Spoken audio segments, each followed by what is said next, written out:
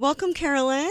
Thank you, Dominique, for having me. Yeah. So please, we'll get into a little bit about you in a minute, but please tell everybody why you're here, what happened, the tragedy that happened with your son, and then a little bit about the nonprofit that you started in his name.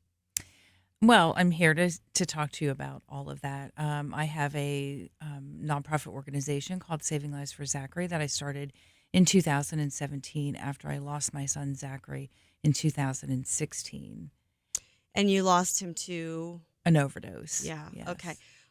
What, not that it matters, but just because I'm curious and you'll see why later, but what exactly did he overdose on?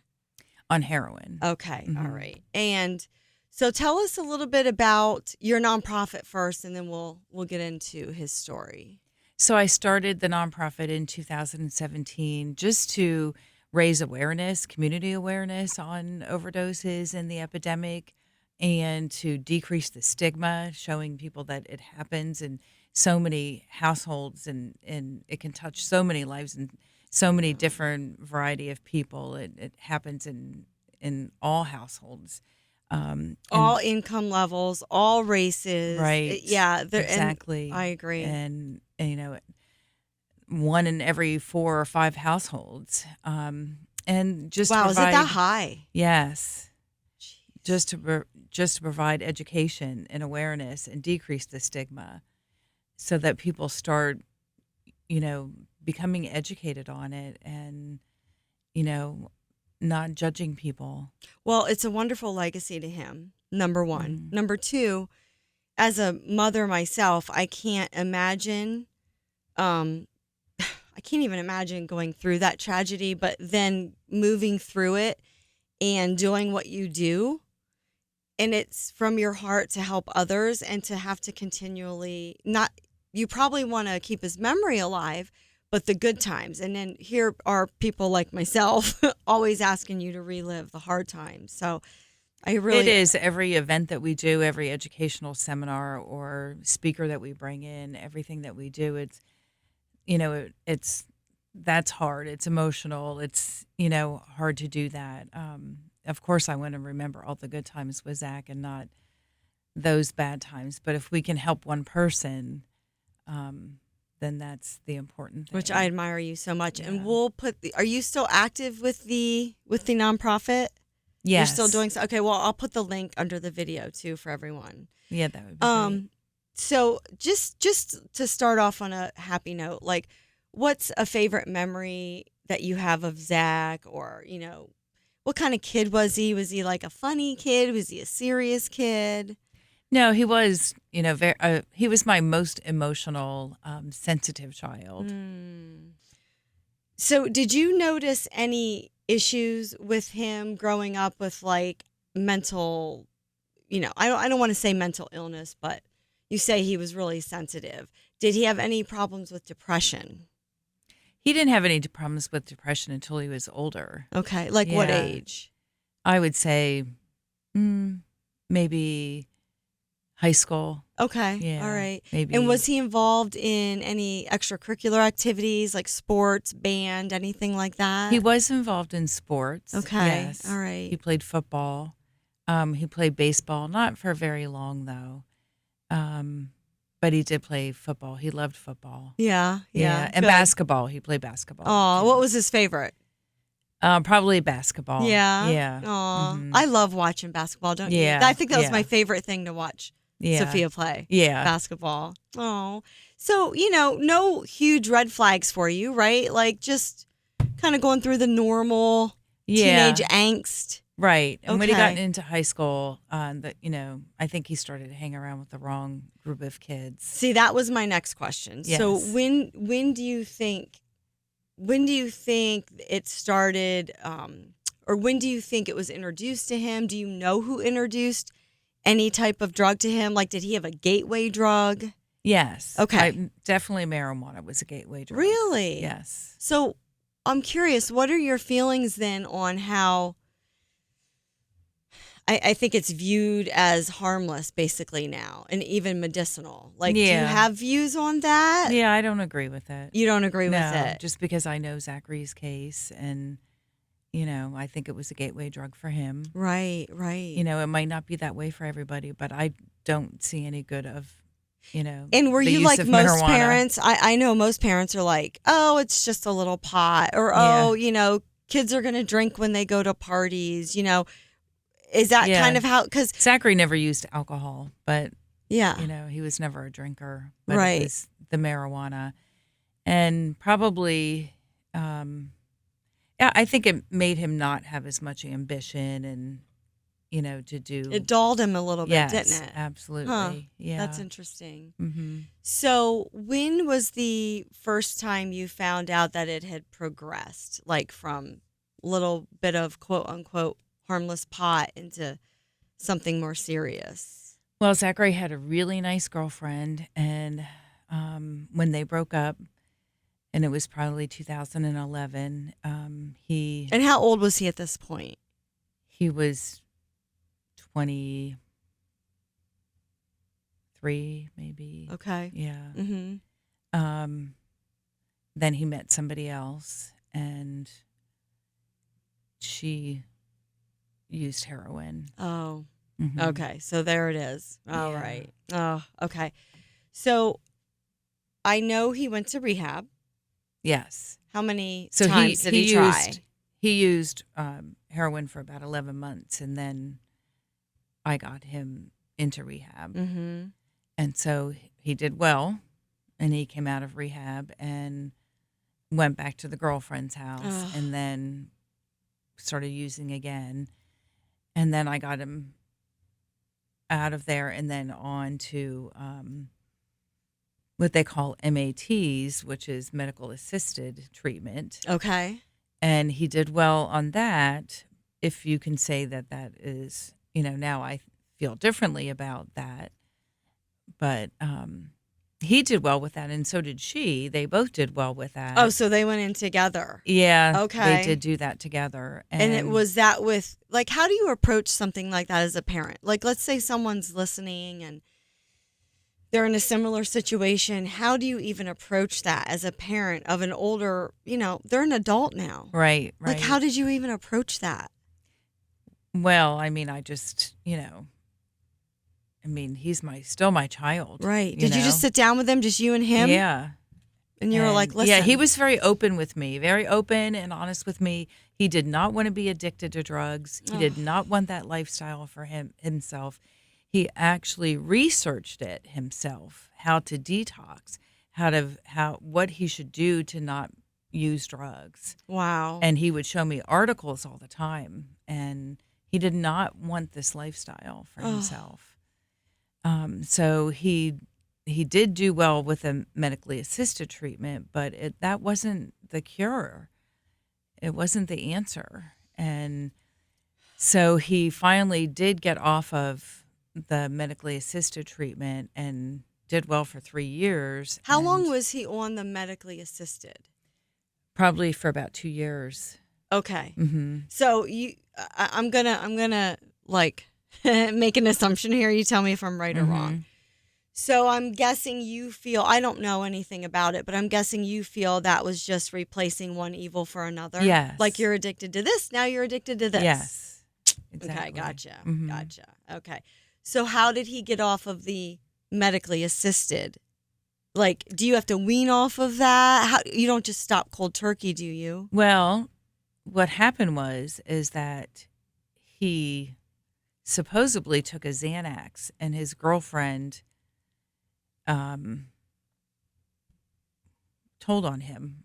Oh, okay. Like who would she tell? The doctor that was No, prescribing, she told the or probation officer okay. because he had a probation officer. And what was her motive, do you think? She was worried about him, or or you don't even have to answer Yeah, that. Okay, I'm not going to okay, okay. answer that. So after Yeah, I asked that, I was like, yeah, we're not going to go yeah. there. Okay, so then what happened to So him then after they that? put him in the pre-release center for Okay, 3 weeks, yes. and while he was there, they didn't give medically assisted treatment there. So he just stopped cold turkey? Did he go Yes, through withdrawal? he must have. Oh my gosh. But when he got out of there, he was supposed to get a drug patch, and he was supposed to get a shot of Vivitrol. and they never gave it to him. And then what happened? And that was in November. And he did okay. Oh, he did? So he got Yeah. through it without Mhm. it. Mhm. And so come November, he was trying to get his life back together and live on Mhm. his own. And Yeah, he actually in December moved in with me, and okay. then the relationship between him and his girlfriend was not good. Okay. And then he had a little boy with her, and she kept him from her, Zach. And then one day, And that's a lot of stress on yes, somebody trying to recover, right. right? And then one day, And then one day in February, he went to pick up his son, and she wouldn't let him have him. And so then he came home and he used and overdosed. oh, so sorry. Hmm. So, do you think when he overdosed, it was straight heroin? It was. It was. So there was no fentanyl or anything No. involved. Yeah. Okay.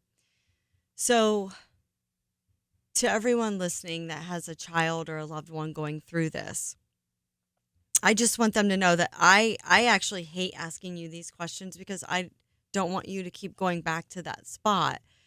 But it's really the only way for us to help people understand what to look out for. Hmm.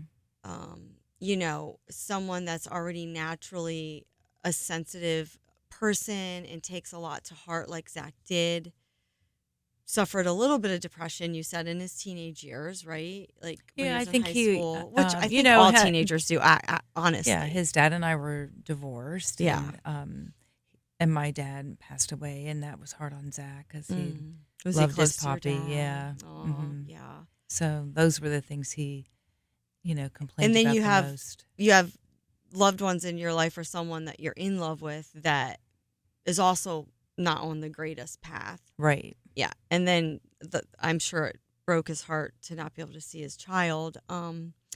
So moving forward out of that awful time in your life, how did you and your family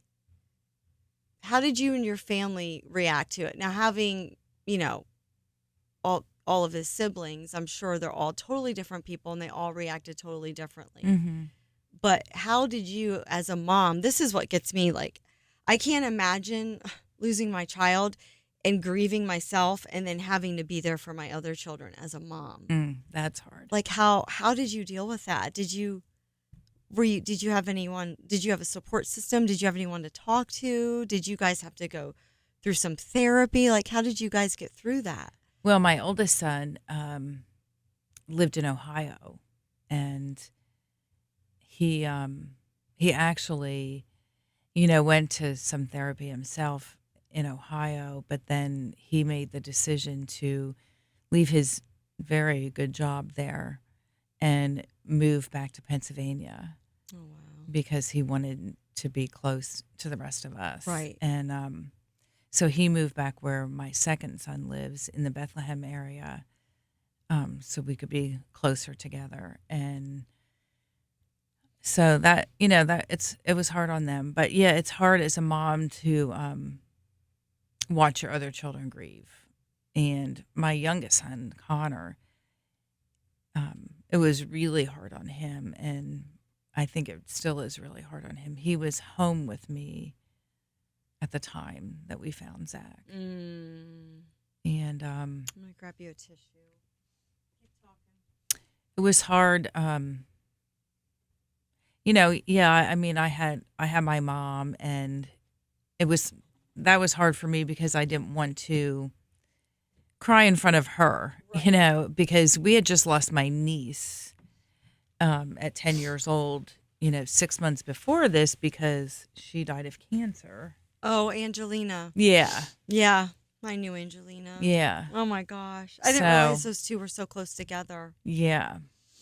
And then my grandmother was 3 months before Zach. So, Gosh. I didn't want to burden my mom either. And Mm. so, yeah, It was hard to find a support system, and then my fiance left me 5 weeks after I lost my son, so You had, oh my I didn't gosh. want to lean on.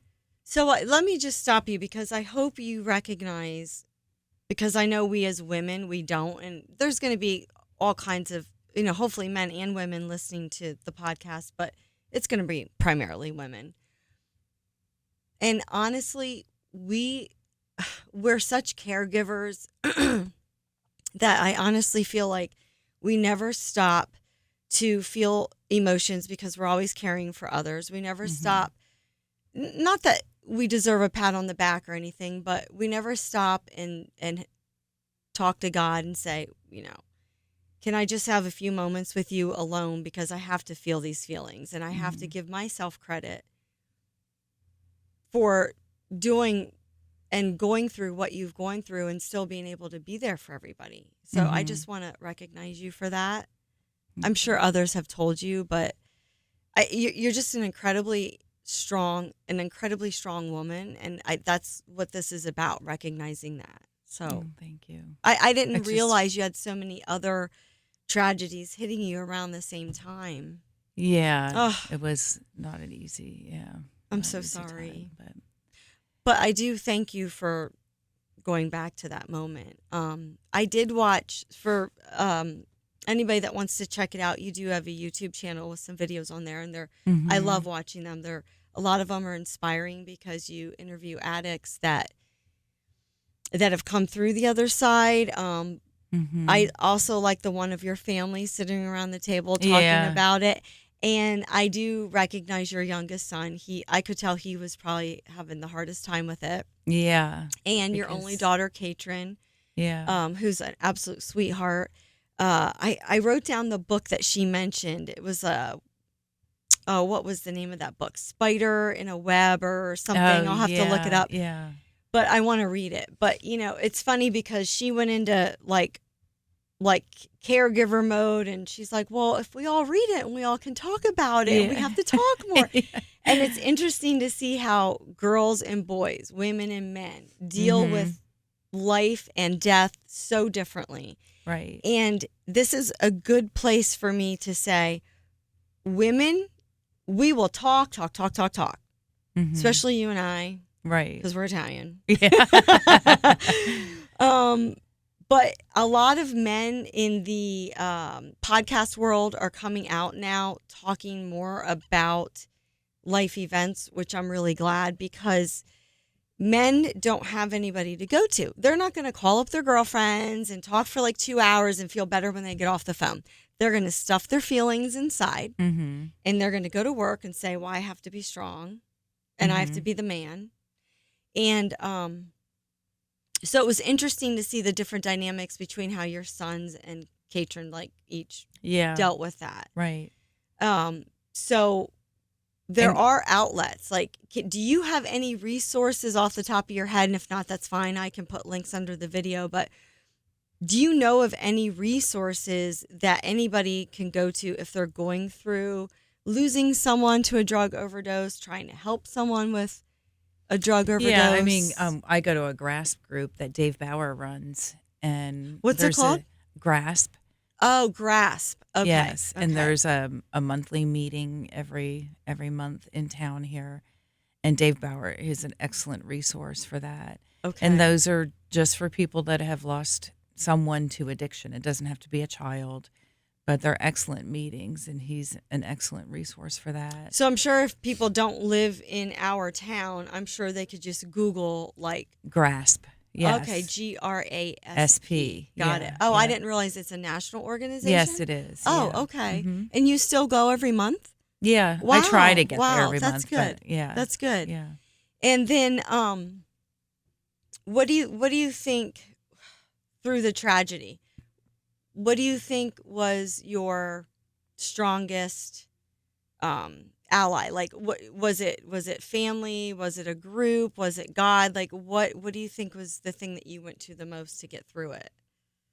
I think it was my family, obviously, and some of my friends, but, losing my fiance, I lost a lot of my friends that I had, but Sure.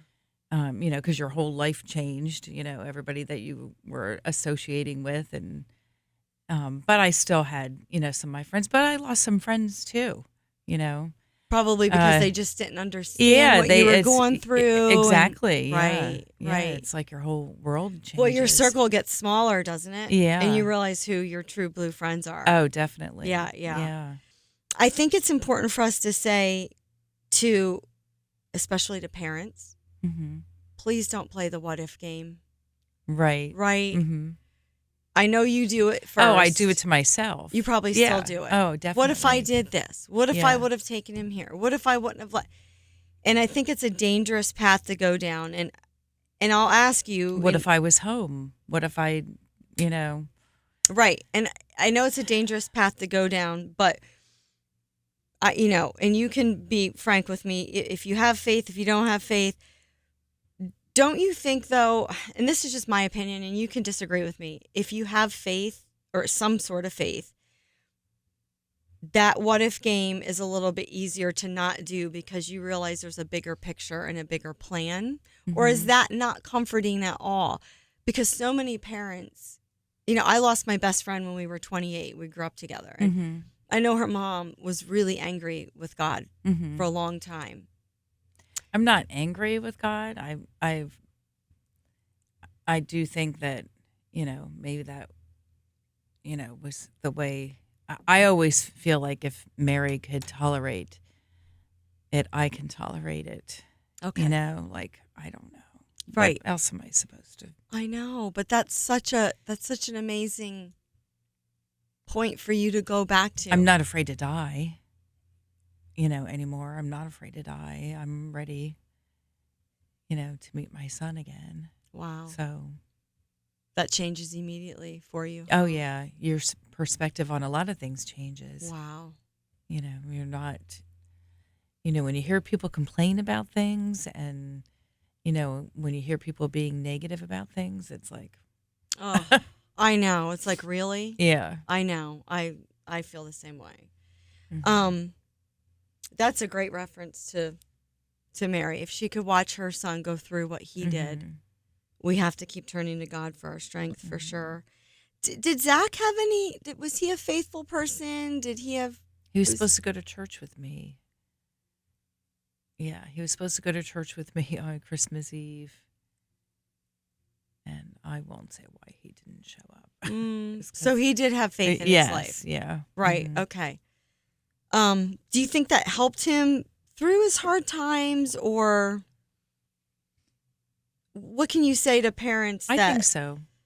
Hmm. So if parents are going through this with children, it would be a good idea to maybe try to push the whole faith card, which is so hard, especially if they're older. Yeah, oh, definitely. I People think are they going have to to do what find. they Yeah, I want to think do. they have to find their own They way. do. Yeah, I found that out the definitely. hard way too. Yeah, you Yeah. are so right. Hmm. So we don't want parents to feel bad, but we want to kind of give them a little bit of a roadmap and say, you could try this, you could try that. But you also have to understand that when things don't work, it's not your fault. Yeah. I think People the are, important thing is that they're not gonna change or get help unless they want it. And the only thing that you can do as a parent is keep loving them and let them know that you love them. Many addicts are embarrassed. that's a They're big one. Yes, ashamed, yes. and but they keep doing it because they're addicted, especially with a drug like heroin. You know, I know. So kind of switch gears here. And you're in the medical community, but I understand you're not, this isn't your wheelhouse, but you have some experience with it. Would you say heroin's probably one of the most wicked drugs to get addicted to, like physically? yeah, I think that, and now the fentanyl and the other Ugh. drugs that are starting to come out are much worse. But yes, And this is where my heart breaks.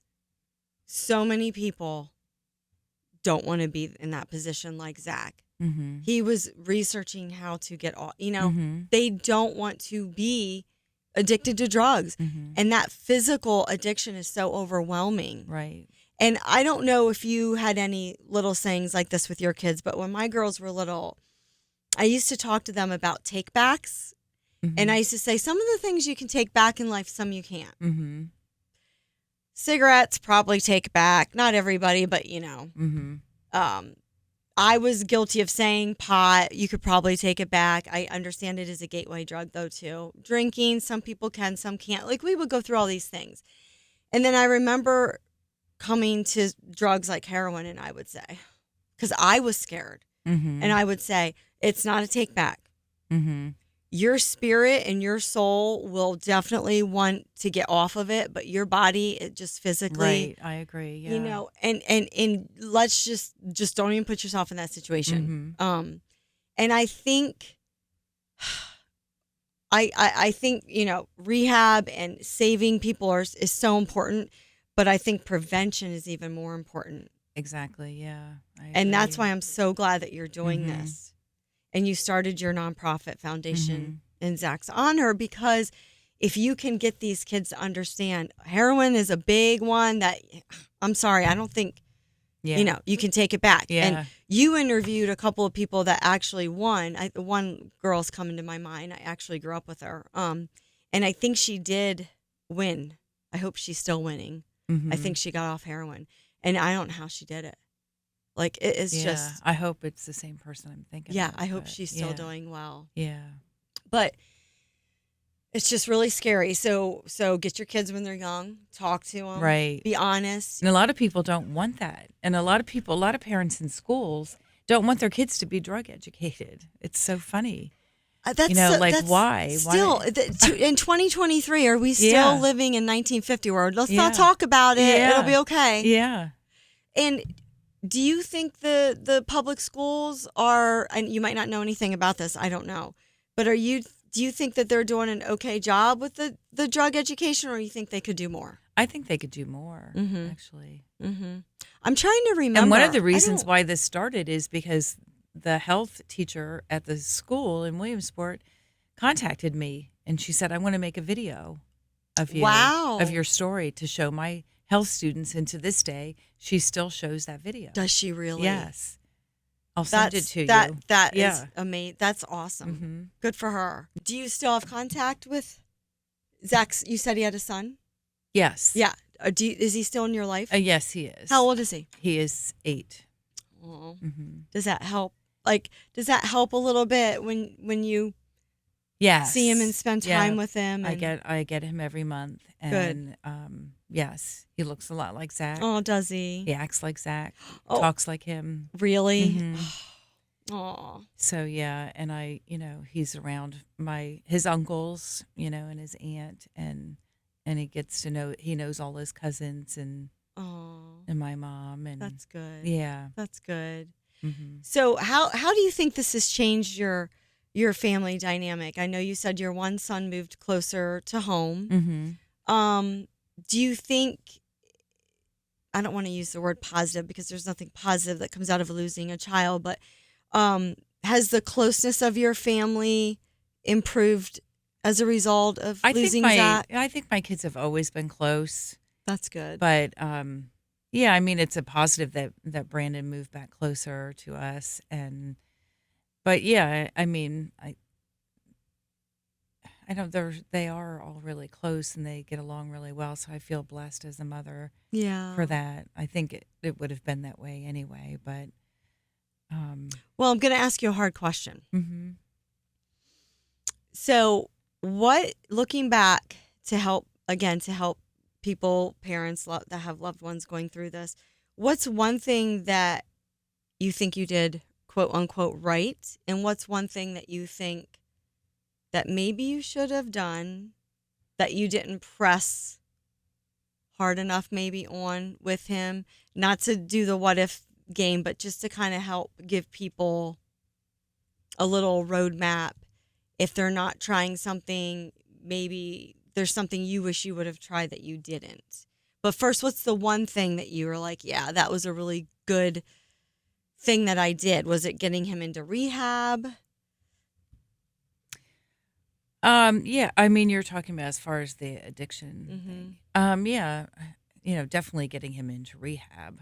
Um, Now, what would you have done if he wouldn't have listened to you? And why do you think he listened to you? Well, he didn't listen to me. Okay. Good to know. That's going So to help. so my daughter called the police. That's how Zachary got Oh, to rehab. okay. So he was at the house and he was high and she was scared. So sometimes you have to use tough Yes. love, for lack of a better Yes. term. So she Okay. called the police, and that otherwise Zachary's never been involved with the law. Um, And I'm sure he was angry at you guys for that. yeah, and so when she called the police and they came, what happened was, and this would never happen today, they escorted him right to rehab. Oh, wow. Yes, So and what would happen today? They would just take him right to I jail? think they probably would have just arrested him. Really? Yeah. And once you're in jail, do you know anything about the system once you're in? Is there any Yes. help there for them? Well, a lot of times kids will go from, jail to rehab. So it's jail to treatment is what it's called.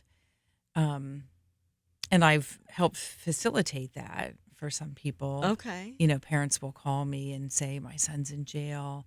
He, is using drugs, whatever. And then I'll call West Branch and say, can you help this kid get to treatment? And, Wow. And that has to be hard on the individual. right. Because when you go to jail, nobody's in there holding your hand. You're going cold turkey. Right. And I've heard that experience of going through withdrawal cold turkey is like awful. Yeah. Well, Ugh. yeah, I think they've had a lot of issues with that too. Mm-hmm.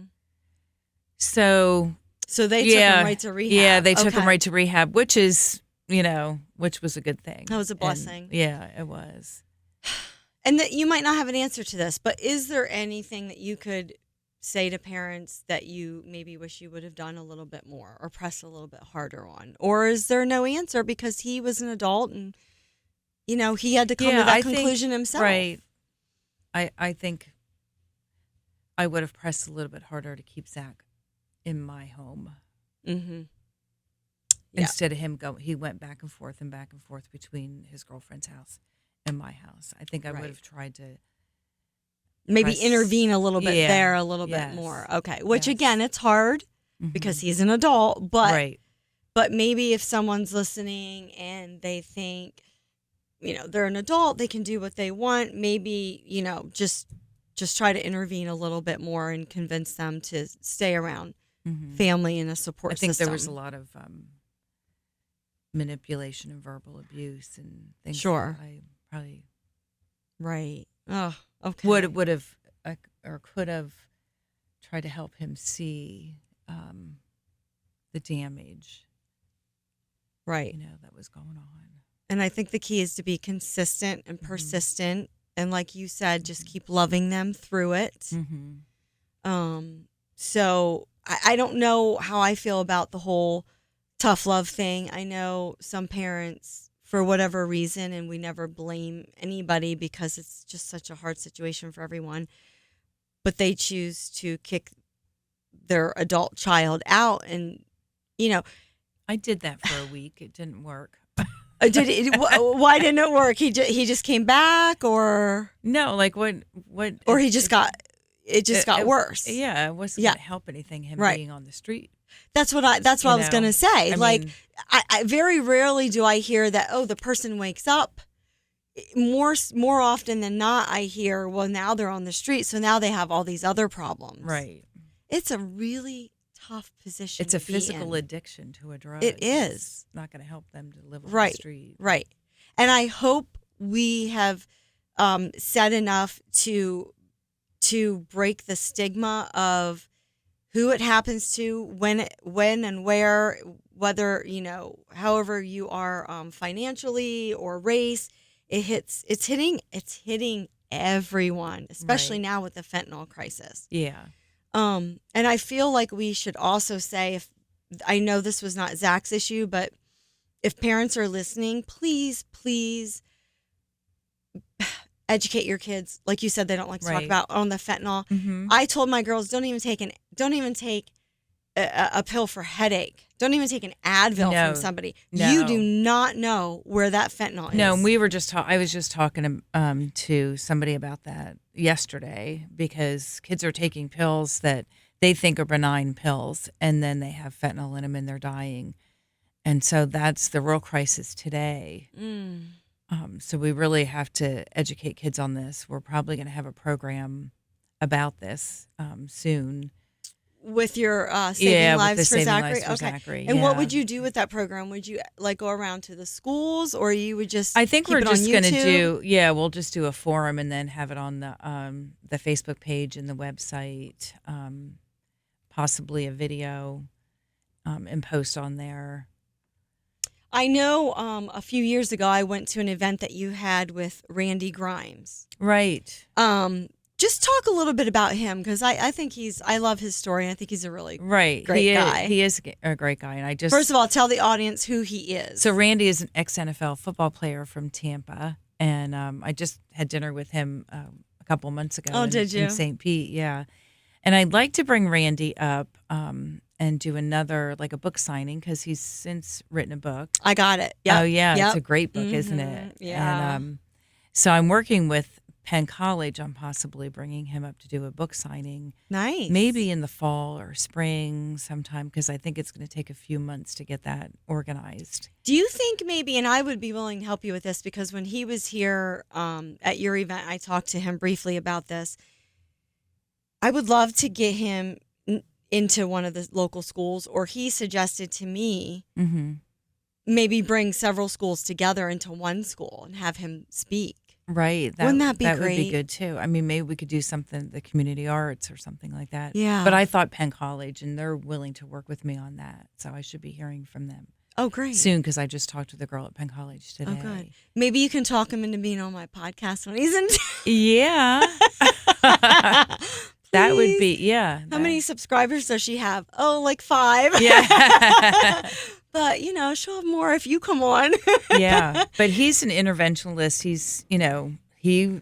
And let's tell everybody. So he speaks drugs in general, but primarily because he had seen so many NFL players start out with painkillers. Well, yeah, he was an addict himself because of that. Yes.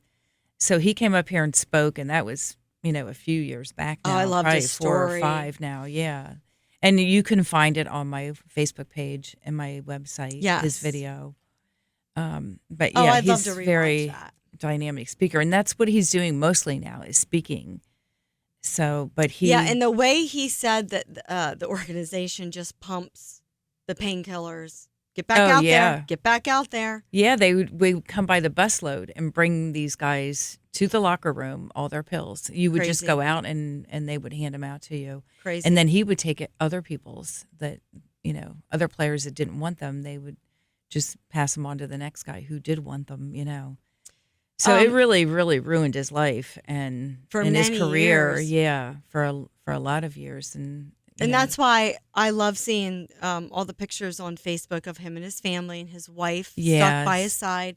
Mm-hmm. And he has a great relationship with his kids now, and he has some grandkids too. Yes, he does. And it's a beautiful family. My God, he just always looks so happy. Yeah. And I think, wow, look, like if he can do it, you can do it. Right. Absolutely. There are stories out there of people beating it. Mm-hmm. Can you think? You don't have to name them by name, but can you think of anybody that you had interviewed for your YouTube channel that just kind of sticks out in your mind that you're like, wow, they're just a really inspirational story? Oh, well, Taylor Falk, I have to say. Taylor works at West Branch Drug and Alcohol. He was just at my Healthy Living Expo the other day. I'm going to write his name down because he might be a good one to have come on. Oh, absolutely. You have to have Taylor on. Okay. He has Stone Steel gym and coaching services. Mm-hmm. And he is just amazing. I mean, I give him so many referrals. He's like, it's a curse and a blessing. I know. But he helps so many people. I mean, he was at the lowest of the low, and he is amazing. He has a beautiful wife, Miranda, and a little boy. Aww. And I mean, how old was he? Do you remember when he hit rock bottom? No, I don't. Okay, that's all I mean, right. you'd have to watch his video because I don't remember now, but he's truly amazing. Well, that's good to hear. That's good to hear. So it can be done. Yes, it can. And I know it's very, very hard to accept this and to hear it. And I even hate saying it because a lot of people take offense to it. So I hope you don't. But I have to believe that there's a bigger plan. And I have to keep believing that every soul has their own journey. And God knew exactly what was going to happen to Zach when he was born. And that, I'm going to cry now. And that making you his mom was like all in the divine plan, because look what you're doing. It doesn't make it easier. It doesn't make it better, of course. And I think as a parent, losing a child is the absolute worst thing that can happen to you. So I just want to thank you so much. And it really for doing doesn't this. matter how I lost Zach. It's It just really that doesn't. I No, lost him. I know. And thank you so much Yeah. for doing this. You're welcome. I really appreciate it. You're welcome. I know I'm small now, but hopefully we'll get bigger, and this is going to be out there forever. So hopefully it will touch people.